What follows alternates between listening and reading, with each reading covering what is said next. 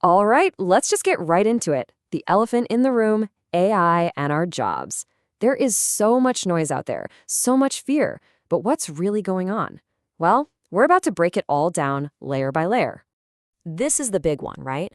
The question that's probably on your mind, maybe even keeping you up at night. Is my job safe? To get to the real answer, we've got to stop thinking about AI's impact as this one single scary event. Here's the key thing you need to get. This isn't some giant tsunami that's going to hit everyone all at once. It's much more nuanced. Think of it as three distinct layers, each one affecting different kinds of jobs in totally different ways. Okay, so let's dive into layer one. This is the first wave, and honestly, it's the one that's getting all the headlines right now. It's all about jobs heavy on execution and repetition. The big mindset shift here is moving from doing the work to overseeing the work. So, what are these jobs? Well, they're basically any role that's built on predictable patterns. I mean, if you can describe a job as take this info, apply these rules, and get that consistent result, then yeah, that's a sweet spot for an AI to step in. And you see this playing out everywhere. For data clerks, boom, AI can process numbers in a flash. In customer service, chatbots are handling all the easy questions, which frees up the human agents to deal with the really complex emotional stuff. Even with content, an AI might write the first draft, but the human becomes the editor, the strategist. So you see, it's not always elimination. A lot of the time, it's evolution. All right, that brings us to layer two. Now, this is where things get really, really interesting for most of us. I like to call this the transformation zone. The key word here isn't overseeing, it's collaboration. And this is the big takeaway, right? This is the largest category by far. For the vast majority of people, your job probably isn't just going to vanish. But is it going to change?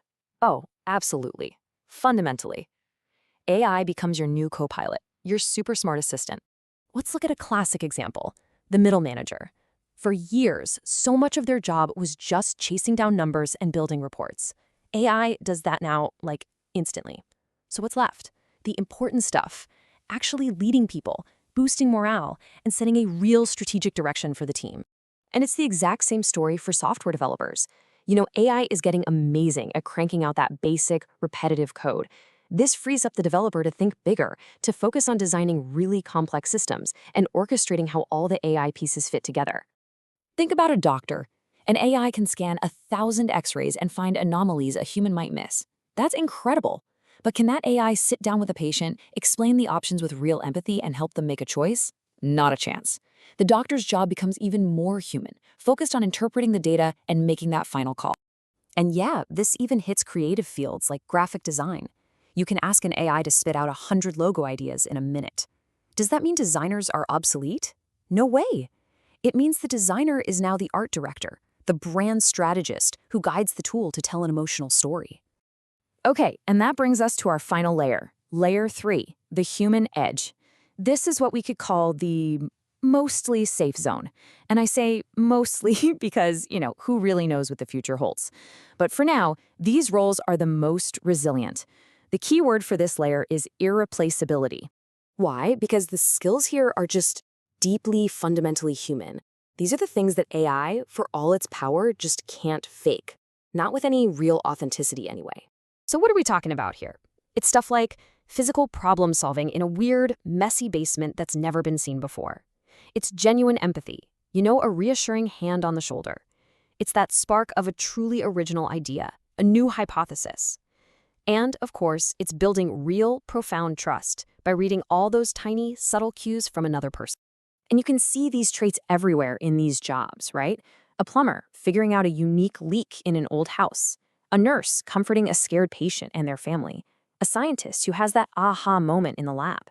A therapist who builds that deep, trusting bond. You just can't code that. So, okay, we've gone through all three layers. What does this all mean for you? Where do we go from here? Because this isn't about just sitting back and watching it happen. It's about figuring out your path forward. It all comes down to this. We have to change the question we're asking. It's not, will AI take my job? The real question, the much more powerful question is, how will AI change my job? And look, the way forward isn't some big secret. It's really a simple two-part plan. First, stop being afraid of AI and start learning how to use it. It's a tool, a ridiculously powerful tool. And second, lean into what makes you human. Double down on it.